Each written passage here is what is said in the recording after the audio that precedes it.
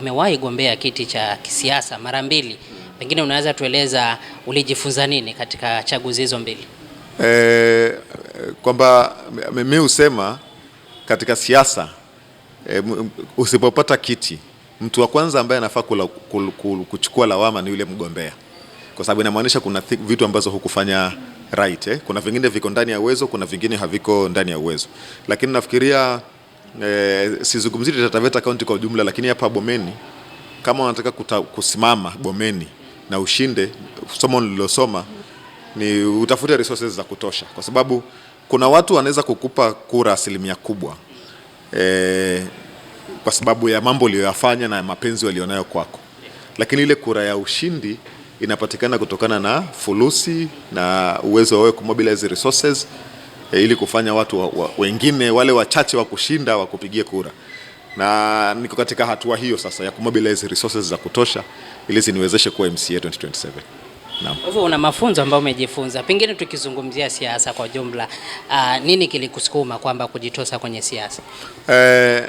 Unajua, kama mwanaharakati unaweza leta mabadiliko ukiwa nje, lakini ukileta mabadiliko ukiwa nje unaleta kwa gharama kubwa.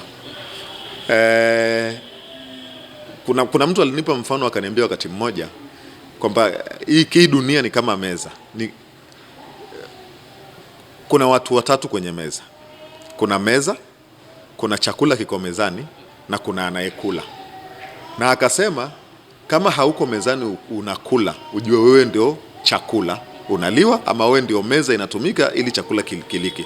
Na jaribu kusema ni kwamba maamuzi mengi, mambo mengi, mabadiliko mengi yanafanywa ukiwa katika uongozi.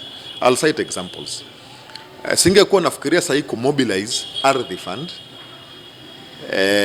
Kama ningekuwa MCA, ningekuwa nafikiria kutable hizo issues kwenye county assembly ili ziweze kupitishwa ili kuhakikisha kwamba tuna establish hiyo fund. Najaribu kusema ni kwamba ni kuna gharama kubwa na uzito kuleta mabadiliko ukiwa nje kuliko ukiwa ndani. Ukiwa ndani ya bunge, nikiwa nje itabidi nitafute MCA nimpatie document aweze kuipitisha bungeni, lakini nikiwa MCA inamaanisha naweza table hiyo document mwenyewe. Kama sitaleta change nikiwa MCA inamaanisha mimi mwenyewe sijataka. Lakini kwa sasa nikijaribu kuleta change ni lazima wale ambao wako wenye mamlaka either wakubali ama wakataane na ninachotaka kufanya.